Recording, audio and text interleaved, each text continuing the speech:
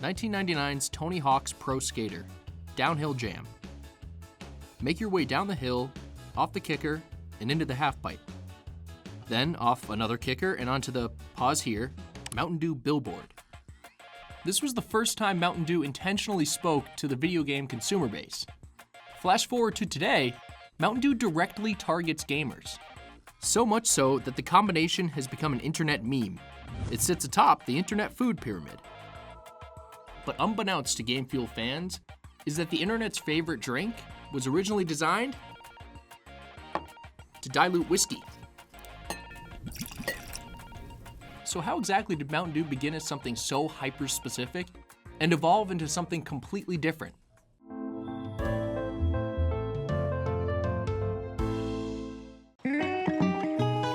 In the early 1930s, brothers Barney and Allie Hartman were working at an Orange Crush bottling plant in Augusta, Georgia. At the end of the day, the brothers would indulge in a glass of their favorite beverage, Old Taylor bourbon mixed with a lemon lime soda called Natural Setup. But in 1932, the Great Depression arrived in Augusta, Georgia, and the bottling plant was shut down. The brothers moved to another Orange Crush plant in Knoxville, Tennessee. To their dismay, they couldn't find the whiskey mixing soda anywhere. So in the Knoxville plant, they made their own. By the early 1940s, they perfected their drink, a caffeinated, lithiated lemon lime soda that they named Personal Setup. But among themselves, the brothers called it something very different. Mountain Dew, slang for mountain brewed Tennessee moonshine.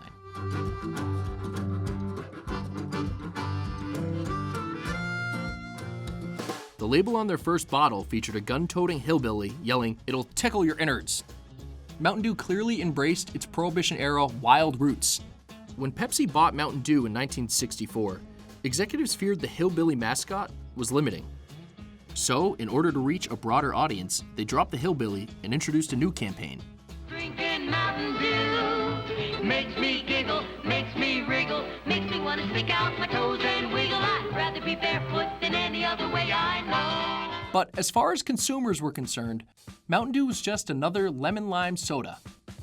The company experimented with several slogans like, "Put a little Yahoo in your life," but none quite caught on like its mid-70s line, "Hello Sunshine, hello Mountain Dew." A direct appeal to young bohemians. And it worked. In 1979, Mountain Dew sold over 137 million cases and was the fastest growing soft drink in America. By the early 90s, Mountain Dew was again losing its popularity.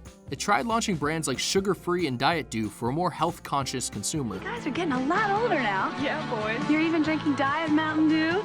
So what? It's still got the same great Mountain Dew taste. But the young consumer who popularized the soda didn't seem to care about their diets. They were rebellious and defiant, a generation of slackers and the children of baby boomers who wanted MTV, grunge, hip-hop, and skateboarding. In 1995, Mountain Dew sponsored the first X Games. The neon green, caffeine-loaded, sugary soda was the perfect fit. At around the same time, a very different consumer base was growing, and for practical reasons. In the mid-90s, Mountain Dew had the most caffeine of any soft drink, 55 milligrams per can. Who needed this much caffeine?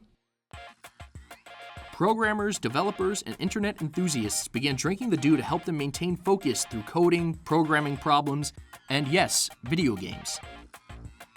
But it wasn't until 2005 that Mountain Dew exclusively targeted video gamers. This is the Mountain Dew Limited Edition Xbox.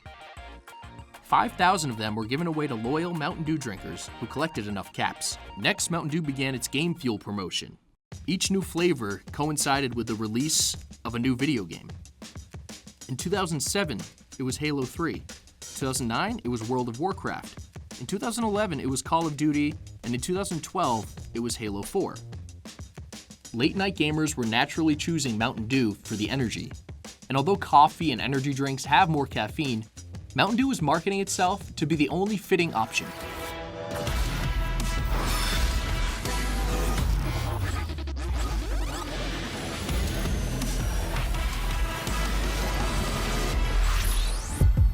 Mountain Dew is everywhere in video game culture, but its strategy is nothing new. Find what young people are into and dive head first.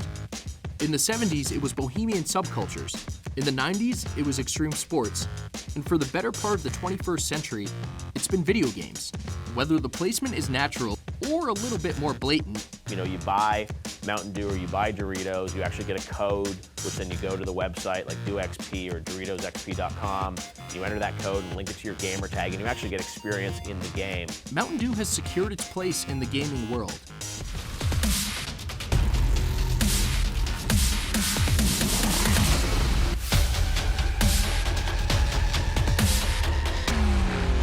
In the coming years, esports will become a multi-billion-dollar industry, and you can expect Mountain Dew to follow.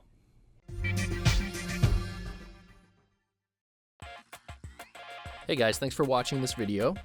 Please leave your thoughts in the comments below, and don't forget to like and subscribe. Oh, and also hit that bell to get notified whenever we post a new video.